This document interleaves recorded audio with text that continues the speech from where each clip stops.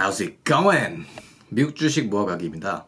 내연 기관차 회사들이 전기차 생산 계획을 계속 발표하고 있습니다. 우연히 벤츠 전기차에 관련된 기사를 봤습니다. 제목이 테슬라의 2배 1회 충전에 1000km 달리는 벤츠 전기차 공개라는 기사입니다. 저는 오늘 영상에서 벤츠가 현재 어떤 상황인지를 공식 자료를 보고 여러분에게 공유하려고 합니다. 여러분도 벤츠가 살아남을 희망이 있을지 한번 저랑 살펴보면 좋을 것 같습니다. 기사 한번 보시죠. 독일 완성차 업체 메르세데스 벤츠가 한 번 충전으로 1000km가량 달릴 수 있는 전기차 비전 EQXX를 3일 벤츠의 미디어 사이트를 통해 공개했다. 현재 출시된 전기차들의 평균 주행거리를 3배 정도 웃도는 수준이다. 1000km는 서울, 부산 왕복으로 다녀올 거리다. 올라 칼레니우스 벤츠 최고 경영자는 비전 EQX는 벤츠 전기차의 미래를 상징하는 모델이라며 모든 측면에서 진보적인 차량으로 모두가 선망하는 전기차를 선보이겠다는 벤츠의 방향성을 보여준다고 말했다.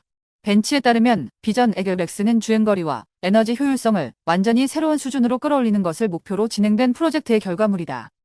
프로젝트 팀에는 메르세데스 벤츠 연구개발센터의 최고 연구진과 자동차 경주대회인 포뮬러1 팀도 가세했다. 이를 통해 초고효율 전기구동 시스템, 경량 엔지니어링, 지속가능한 소재, 진보된 소프트웨어 시스템 등 전방위에 걸쳐 혁신적인 기술을 적용됐다는 게 회사 측 설명이다. 그런데 2020년 자료를 좀 살펴보면 그와 반대되는 행동을 하고 있다는 생각이 좀 들었습니다. 그 이유를 말씀드리자면 벤츠는 토지, 공장, 장비에 대한 투자를 20%나 줄였습니다. 2019년엔 72억 유로를 지출했고 2020년엔 57억 유로를 지출했습니다. 전기차를 만들기 위해서는 기존에 있던 생산 라인을 그대로 쓸 수 없습니다. 그래서 전기차를 생산하기 위한 공장 부지를 늘리거나 공장을 추가로 건설하거나 확장하는 것에 투자가 되어야 된다고 생각합니다. 그에 따른 장비들도 마찬가지고요. 테슬라의 행보와는 정반대되는 행동을 하고 있습니다. 기가 샹하이, 기가 텍사스, 기가 베를린의 공장 부지, 생산 라인 설비에 엄청나게 투자가 되고 있습니다. 상식적으로 그 차이는 좁혀지지 않는다는 결론입니다. 테슬라의 2020년 연차 보고서를 살펴보면 이 부분에서 127억 달러를 지출했습니다. 이건 2019년 103억 달러를 지출한 것보다 23%나 늘어난 수치입니다. 숫자는 거짓말을 안 하죠. 그뿐만이 아닙니다. 벤츠는 R&D 연구개발 비용으로 2019년 97억 유로를 지출했습니다. 2020년엔 11%나 감소한 86억 유로를 지출했습니다. 전기차 껍데기는 내연 기관차들과 같아 보일 수 있습니다. 문짝도 똑같고 핸들, 시트가 달려있다고 같은 종류의 차가 아닙니다. 그 내용물이 전혀 다르기 때문인데요. 전기차의 새로운 부품을 생산하기 위해선 엔지니어들이 많이 필요합니다. 엔진이나 트랜스미션 대신 모터가 필요합니다. 배터리도 외주로 받거나 생산해야 할 겁니다. 그리고 그것들을 제어하는 칩이나 소프트웨어 같은 것도 같이 연구개발이 돼야 되겠죠. 반면 테슬라의 2020년 연차 보고서에 나온 걸 살펴보면 R&D 부분에 15억 달러를 지출했고 2019년 13억 달러보다 15% 증가한 금액입니다. 계속해서 기사 보겠습니다. 우선 150kW의 출력을 내는 전기구동 시스템은 배터리에서 나오는 에너지의 95%가 순수하게 바퀴로 전달되도록 했다. 가장 효율적인 내연기관 구동 시스템과 비교해도 월등히 높은 수치다. 벤츠는 또 단순히 배터리의 크기를 늘리는 대신 에너지 밀도를 높인 배터리 팩을 개발했다고 밝혔다. 약 100kWh의 고용량 배터리 팩이 비전 EQX에 탑재됐다. 앞서 지난해 선보인 전기차 EX 배터리와 비슷한 수준의 에너지 용량이지만 크기가 절반밖에 되지 않고 무게는 30% 더 가벼워졌다. EX가 1회 충전 시 주행거리는 650km였다. 파이낸셜 타임스는 이날 비전 EQX는 테슬라의 모델 S보다 주행거리를 거의 2배 늘렸다며 비전 EQX 시제품은 올해 봄쯤 공개될 것으로 보이고 시장에는 2024년이나 2025년에 출시될 전망이라고 전했다. 모델 S가 테슬라 전체 생산량에 차지하는 비율을 살펴볼 필요가 있을 것 같습니다. 2021년 4분기에는 30만 8천 대 중에 7,800대만 모델 S입니다. 총 인도량의 2.5% 정도로 아주 작은 시장입니다. 그 이유는 차값이 일단 고가인 럭셔리 차입니다. 구매 가능한 사람이 적은 차종이라는 겁니다.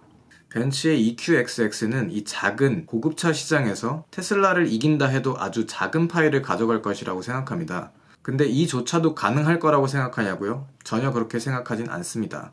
작년에 선보였던 벤츠의 EQS도 조금 살펴볼까요? 마찬가지로 가장 베이스 모델이 10만 불이 넘는 럭셔리 전기차입니다. 하나로는 1억 2천 정도 되는 차량입니다. 제가 검색한 결과로는 약 18,000대가 팔렸다고 합니다. 마찬가지로 파이가 작은 시장에 속하는 차입니다. 그럼 벤츠에서 만든 중저가 스마트라는 차를 얘기해 볼까요? 2021년 3분기까지 26,000대가 팔렸고 전년도보다 21% 상승했다고 나왔습니다. 하지만 3분기 데이터를 보면 6,423대만 팔렸고 전년도 대비 46%나 감소했습니다. 이게 의미하는 바는 최근 들어서 어떤 이유 때문에 판매가 급감했다는 겁니다. 벤츠가 과연 럭셔리차 종류만 집중해서 생산할지 모델 3급의 모델을 선보일지 지켜봐야겠습니다. 그리고 세계 지역별로 살펴봐도 벤츠의 판매량은 2021년 3분기에 들어서 급감한 걸 볼 수 있습니다. 이건 벤츠가 현재 판매하고 있는 차량이 대부분 내연기관차이기 때문입니다. 그리고 전기차 채택률이 가속화되고 있다라고 이해하면 될 것 같습니다. 이날 벤츠가 밝힌 1000km 주행은 실제 도로 여건을 감안한 시뮬레이션을 통해 나온 결과다. FT는 실제 출시되는 C제품 성능은 이에 못 미칠 수도 있다고 덧붙였다. 그리고 1000km 주행은 실제 주행이 아니라 시뮬레이션입니다. 말은 행동보다 쉬운 법입니다. 그리고 2024년이나 2025년에나 출시될 거라고 했는데 그때가 되면 테슬라의 차 생산량은 매년 50% 정도 증가한다는 가정하에 2022년에는 140만 대, 2023년에는 210만 대, 2024년엔 316만 대, 2025년엔 474만 대가 될 텐데요. 벤츠의 전기차 시장 점유율이 얼마나 될지 궁금해집니다. 이건 마치 MP3 플레이어 끝물에 아이리버 제품을 사는 거랑 마찬가지입니다. 그래서 결국 몇십만 원씩 주고 사서 아마 지금은 서랍 한켠에 추억으로 가지고 있는 꼴이 될 겁니다. 내연 기관차도 해를 거듭할수록 거래 가격의 하락은 해를 거듭하면서 가속화될 겁니다. 이와 관련 마르쿠스 셰퍼 벤츠 최고 기술 책임자는 FT에서 비전 X가 출시될 2에서 3년 뒤에는 집적도가 높고 무게는 가벼운 배터리가 들어갈 것이라며 그로 인한 성능 개선 효과와 가격 인하를 기대할 수 있을 것이라고 말했다. 그리고 전기차를 하드웨어로 보는 관점을 벗어나고 결국엔 자율주행으로 가야 수익을 확장할 수 있다라고 생각합니다. 유튜브로 찾아본 결과 실제 주행도로에서 신호등을 판단하거나 목적지까지 가는 모습은 찾아볼 수 없었습니다. 제가 이렇게 계속 벤츠를 비판한다고 생각하실지 모르겠지만 저는 주식의 관점에서 본 벤츠를 말씀드리는 겁니다. 개인적인 취향으로는 저도 이 차가 좋을 수도 있고 이 차를 살 수도 있습니다.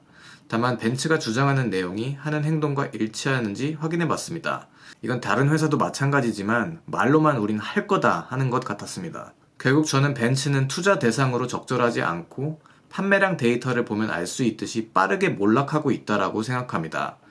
예전 영상에도 말씀드렸지만 나의 취미나 개인적인 취향이 투자 대상과 항상 일치할 수는 없고 따로 분리해서 생각하는 습관을 길러야 한다고 말씀드렸습니다. 예를 들어 제가 고프로 액션 카메라가 처음 나왔을 2011년 당시에 제가 좋아한다라는 이유만으로 이 회사에 투자했으면 좋은 성과를 내지 못했을 겁니다.